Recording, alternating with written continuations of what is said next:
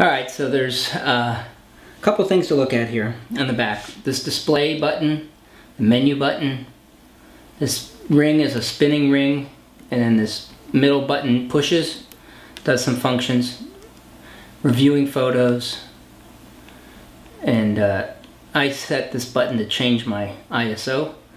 Some basic buttons there. Let's look at the buttons here. We've got our shutter suppress button, zoom in and out with this little lever thing here. See the magnifying glass. And then our multifunction button here. Power, on and off, and then ring. Alright, so let's go ahead and look at the basic functions of this thing. We're going to turn the power button on and the camera wakes up. And let's set it to, let's set something in the viewfinder here to look at. We'll use this water bottle as our target here. Alright, so there's just a couple functions we're going to look at first. The M stands for manual, that's full manual mode. The C is custom, so you can set like a user-defined mode with a bunch of predefined things. AV is aperture priority, that's changing the aperture. TV is changing the shutter priority. So aperture is how much light's coming in through the lens. Aperture on this camera goes from 2 to 8.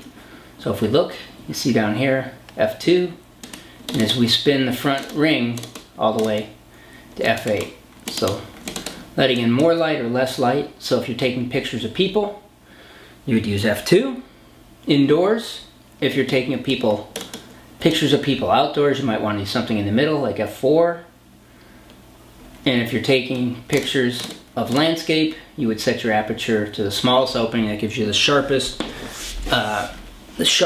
depth of field, most depth of field. So you would use that there. So let's go through these other. So we've got TV, that's shutter priority. So here on shutter priority, using the outer ring changes your shutter speed. So if you're taking like some action photos, you might want to set it at 2/50th of a second, 500th of a second. If someone's running down the street, or you want to freeze motion, you would set it very high. And if you want to show motion, you'd set it very low. I don't recommend using less than 1/60th of a second without a tripod, otherwise you're probably going to shake the camera. Although it's got some anti-shake stuff built into it, but 30th or 60th is really your minimum. But you know, if you want to shoot like a car driving by and you want to pan, show the background blur, you'd use one of these lower numbers here. And it goes all the way out past a second to longer exposures. If you're going to take a picture at night of like neon signs or something, you might set it for 2 seconds, 4 seconds, so on. So it's got a lot of different settings you could choose in the TV or shutter priority mode. Okay, let's change it to the next one. P is program mode. And here, you really are choosing your ISO over here in the corner. The ISO, that's the film speed. It's going to choose the shutter speed and everything else. Then this dial here is choosing under or overexposed. So here on the plus side, it's overexposed, it's letting in more light. And then underexposed would make it darker, letting in less light. So if you're shooting into the sunlight, into the sun, into a light source of some sort, you're going to need to let a little more light in because it's going to, the light meter will get a little bit fooled. Okay, that is the P mode. Now let's look at the next one, the auto mode. And this is where the camera will determine the scene and settings for you. So here in this case, you can see it says auto in the corner there. And as I move this in closer, it's going to switch and go into a macro focusing mode. So it's deciding if it's a landscape shot, it'll figure that out and set some modes for you automatically. So that's a good one to choose, just the auto mode. It can figure out a lot of stuff. And here in the auto mode, the front spinner dial is choosing how much you zoom and how much you zoom out. Okay, so here we're at 105, it's about 3x zoom compared to 28. Okay. All right, the next part down on the dial is the low light mode. you'll see when you go into this mode, it's going to change some different settings. First of all, you'll see that slow light generally turns off the flash. On this side, next to the battery meter, it says an M. That's the largest picture it's going to take is a medium-sized picture. So it's doing that because of sensitivity. It doesn't want your picture to be too grainy. So the low light mode, if you're indoors, you're taking a picture of people and it's like very, very dim light, go ahead and use that. Otherwise, indoors, you're primarily going to want to use the AV mode and set your shutter, your aperture open to f2. So people indoors, use f2, AV mode is the best. If you can't get a good picture with that, then you're going to use this mode and spin it all the way over here to this low light mode. Okay, the next one is scene. In the scene mode, you've got, as you spin the dial, different scenes. So here's an indoor shot, kids and pets, outdoor snapshot, landscape, portrait. So it's going to get, if you went into scene mode and you set this to portrait, it's going to set a bunch of things for taking foolproof portraits. That's if you go back to landscape here. So it's going to set the camera to get the best out of a landscape shot. Alright, so that's a scene mode, but I primarily use the camera on auto mode if I don't want to think about anything, just let it choose it, but primarily I use it here on shutter priority and aperture priority, and most of the time aperture priority. Either shooting wide open, f2, or stop down, f8 if I'm shooting scenery shots to get the most depth of field. Alright, and then the last one on this is the video mode, and that's if you want to record video. Shoot video or something. Okay, so let's go ahead and set this. I'm going to spin this to, to aperture priority mode, and let's look at some of the other functions that we can change here. So the first thing you'll notice is that down here, F2, this 0, plus minus 0, the spinner wheel, as I spin this wheel, you want to make sure primarily when you're shooting that this is set at 0. Now there's a couple of tricks. If you're shooting some pictures of something that's primarily green, you want to fool this a little bit and set it down to minus 2/3. And that will give you the best exposure of green items.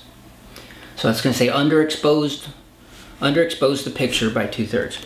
If you're shooting outdoors and it's very bright out, it's a lot of white, like let's say you're in the snow or something, you would shoot this up to +1. If it's like cloudy and white, shoot this to +1, and if it's super sunny and bright white, like snow on a super bright day, set this to +2, and then your snow will be white and not gray.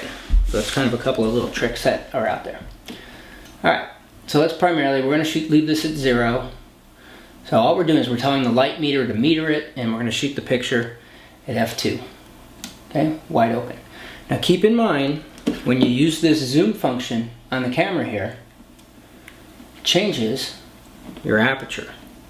The minimum aperture at f20, or at 105 zoom factor is f9. So here I am zoomed all the way out, it's at f2, and if I zoom in on something, it goes to 4.9. So I lose my ability to shoot low light. So 4.9 is not f2, it's a couple of stops brighter, or dimmer, I mean, less light. Alright. So we're going to shoot indoors, we're taking pictures of people, f2. And get that little spinner wheel set at 0. Let's look at some of these other functions with this on the back here.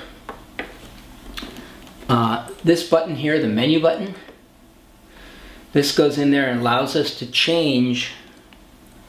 I'm just rocking these buttons back and forth. These are your different settings on the camera, change different things. So I have mine pretty much set to factory defaults, but if you want to go in there and change like your time and stuff like that, this is where you do it. There's a user definable menu, but we're not going to mess with that right now. Okay, that's the menu button. Push that back. If we push the display button, this gives us more information on the back of the screen. So here we can see we have a histogram, how good of a picture, where's the colors. We want this to look like a bell, upside down, like a bell is the ideal picture of that. If I push this again, so I get a grid, I get that histogram. So I generally leave that off when I shoot. This is what I want to see on my screen. All right. The middle, or actually before we go to the middle, this blue button here, that's to review a picture. This button here, the S button over here, this one is programmed on mine to change my ISO. So I'm changing my ISO speed. It's the sensitivity of the film. Generally you're going to shoot 100, 200, no more than 400, otherwise it starts getting grainy. But you can go all the way to 3200 if you need to shoot super low light. I generally leave this set at auto. Okay, that's the ISO speed.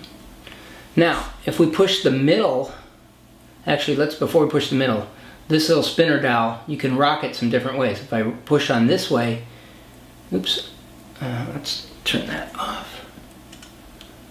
ISO, alright, let's turn that off, okay. Now if I push this button, this says turn the flash on, and you'll see when I do that, pops up here, there's the flash. So watch your fingers on that.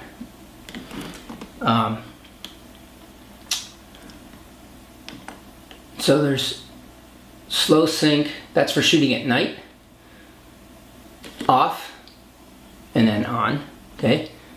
So look at the top button.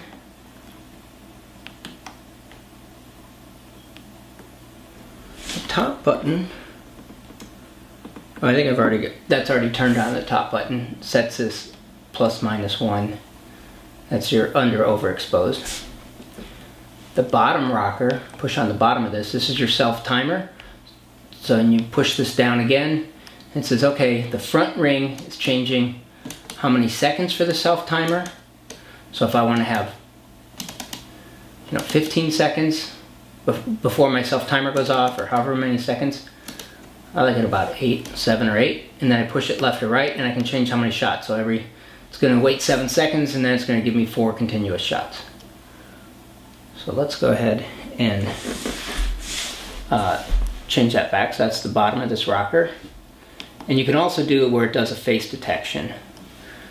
Although I've noticed that's not 100% foolproof. Okay, so that's the self-timer button. And then this side of the rocker is your focus. So here's autofocus. Here's a manual focus. So if you go into manual focus mode, it zooms in this little, the little center of the screen zooms in a box, and then you spin this dial.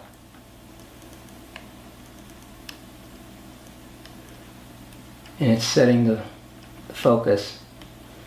Now you can see we're into a macro mode. And it should be around here.